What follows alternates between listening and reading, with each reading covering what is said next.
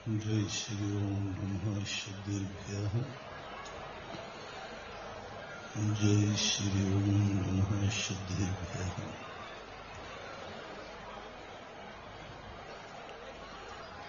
जहाँ से पतन के रास्ते होते हैं। पूज गुरुदेव बोल रहे हैं, आप लोग शोरगुल कर रहे हो। बोलो पंचगणा प्रतिष्ठा महामहोत्सव की। एकदम शांत हो जाओ। गुरुदेव बहुत महत्वपूर्ण शब्दों का उच्चारण कर रहे हैं जो अपने जीवन में बदलने वाले होंगे। वहीं से उत्थान के रास्ते होते हैं। जहाँ दिशा में रास्ता होता है तो विपरीत दिशा में भी रास्ता होता है। मील के पत्थर पर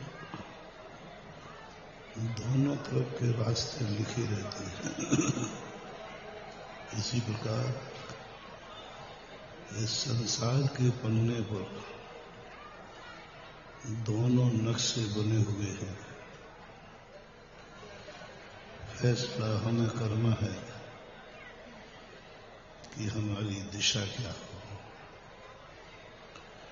और जब दिशा का निर्धारण हो जाए तो तदनुसार दशा होना चाहिए। एक आत्मा ने अपनी दिशा निश्चित की,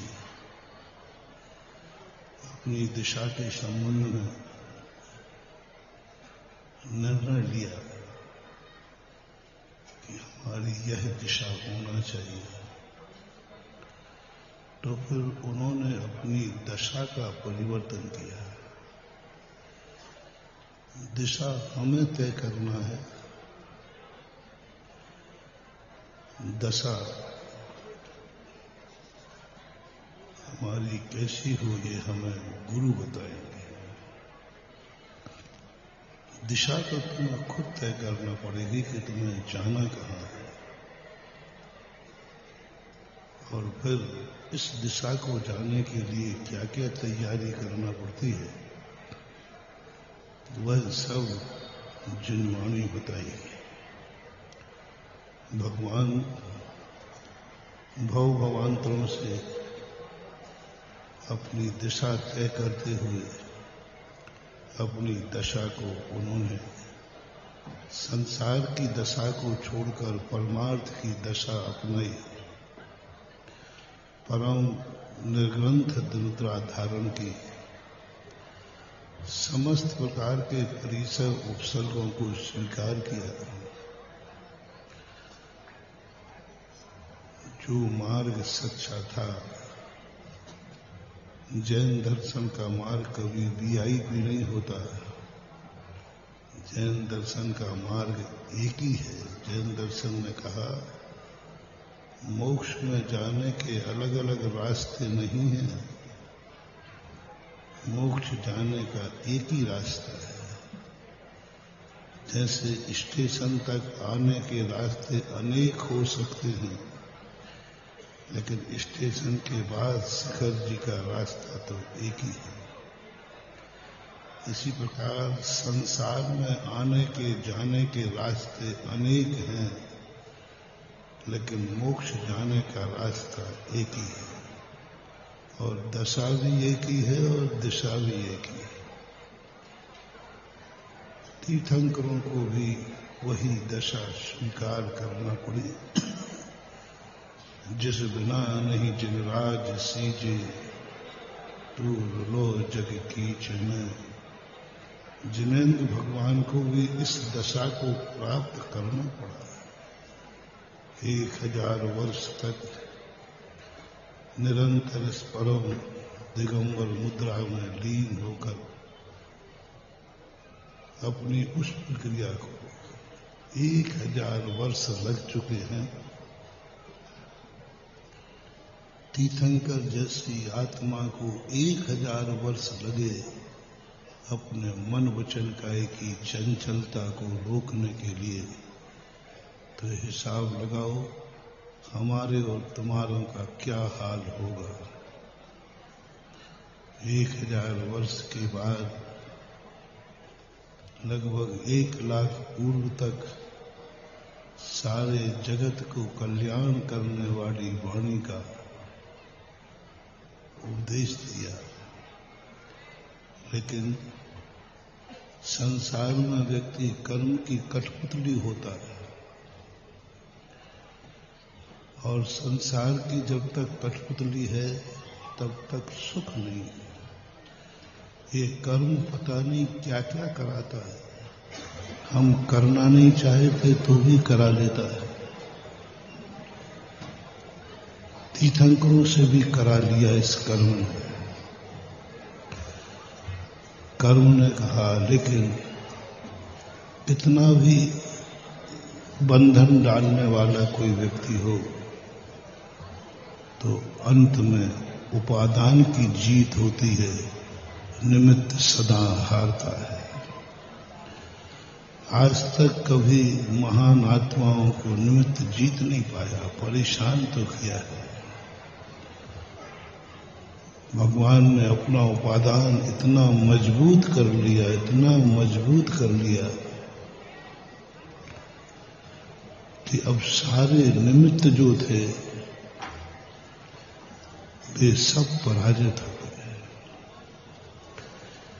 एक माह आयु का शेष रहा था और जो निधत्त निकाचित प्रकृति थी तीर्थंकर प्रकृति। तीर्थंकर प्रकृति एक ऐसी निधत्त निकाचित है कि उसको तीर्थंकर भी नहीं काट पाते, लेकिन उसका भी अंत हुआ और तीर्थंकर प्रकृति ने भी अपने बंधन ढीले कर दिए। और जैसे ही बंधन थोड़ा ढीला हुआ तो जैसे अपराधी को थोड़ी सी ढीली अर्गला मिली तो वह छूट के भागता है, तीर्थंकर भी वैसे ही। तीर्थंकर प्रकृति ने जैसे ही थोड़ा ढीलापन छोड़ा और एकदम समोषण से उठकर खड़े हुए।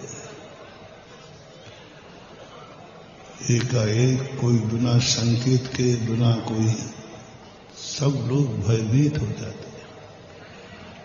तब सौधर्म अवधि ज्ञान से जानता है, गंधर्व परमेष्ठी जानते हैं, अरे भगवान को अब मुक्ति जाने से कोई नहीं रोक सकता। रोकने वाली तीर्थंकर प्रकृति थी, उसी ने अपने बंधन को ढीला कर दिया।